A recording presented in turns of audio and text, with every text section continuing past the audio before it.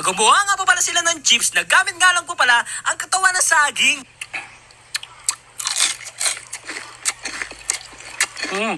Wow! Nakakain pala ang katawan ng saging at pwedeng gawing chips? Tara, gawin natin! Let's go! So mahaba talaga tong saging natin kanina guys, kaso nilinisan ko lang siya, hinugasan at binawasan ko, kaya ito na lang natira. Ang unang gagawin natin guys, slice lang natin to. So hatiin ko lang to guys. Oops! Tapos tanggalin lang natin siya isa-isa, kagaya nito. Ayan, tanggalin mo lang siya. Ayan. Grabe no, dugay na kay ko nabuhi diri sa kalibutan guys, pero karon ra ko kabalo nga pwede day kaunon ang lawas sa saging. Tapos next natin gagawin guys, mag-slice na tayo guys. So gagawa tayo ng bite size lang. Ayan. So kailangan nating tanggalin tong nasa harap. Ayan. Ayan, kita nyo yan guys, yung parang butas-butas. Yan lang yung kailangan natin. So tanggalin lang din natin dito sa sa likod. So dahan-dahan ka lang guys na hindi siya masira. Ayan.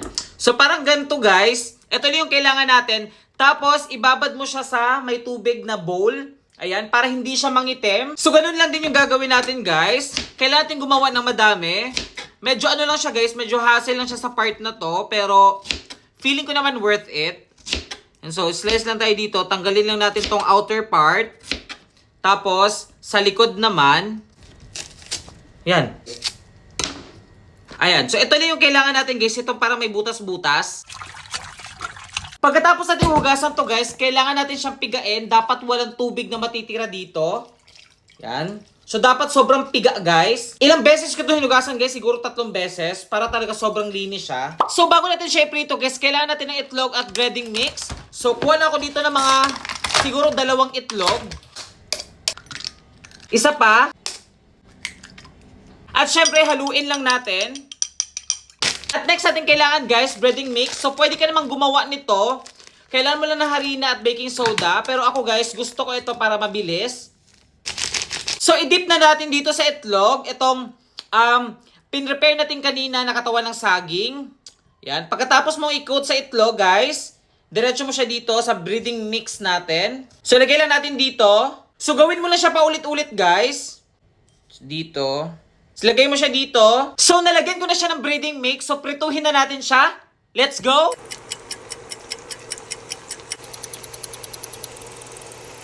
So, ito na yung finished product natin, guys. Grabe, guys. Sobrang bango niya, guys. Parang yung amoy niya, parang lasang chicken. Wow. Oo. Sobrang bilis ang pagluto, guys. Kasi, pinrito ko lang to. Tapos, after nung first fry, dinoble fry ko lang siya. At eto na siya. Sobrang natatakam na talaga ako. Kaya, ayun. Taste test. The moment of truth.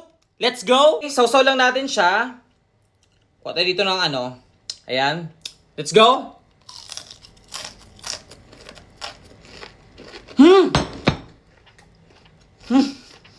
In fairness guys, hindi siya lasang katawan ng saging.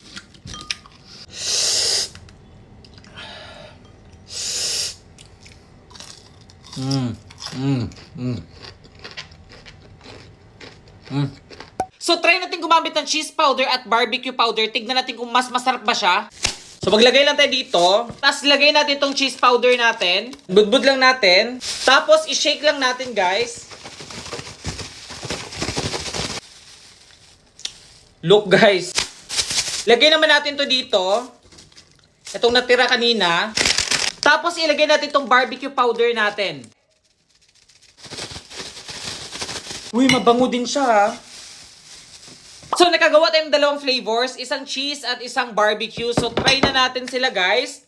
Let's go. Ito muna cheese.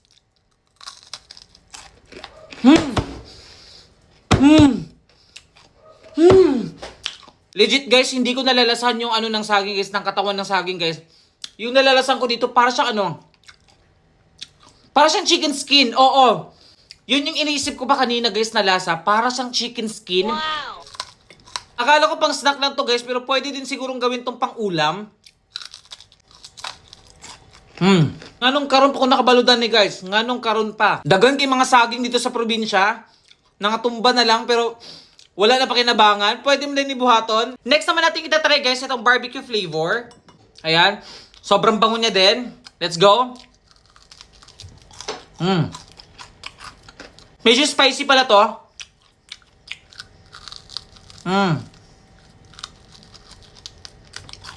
Mas maganda guys kapag kakainin mo to na mainit pa para crispy talaga. Kung i-rate ko to ng 10/10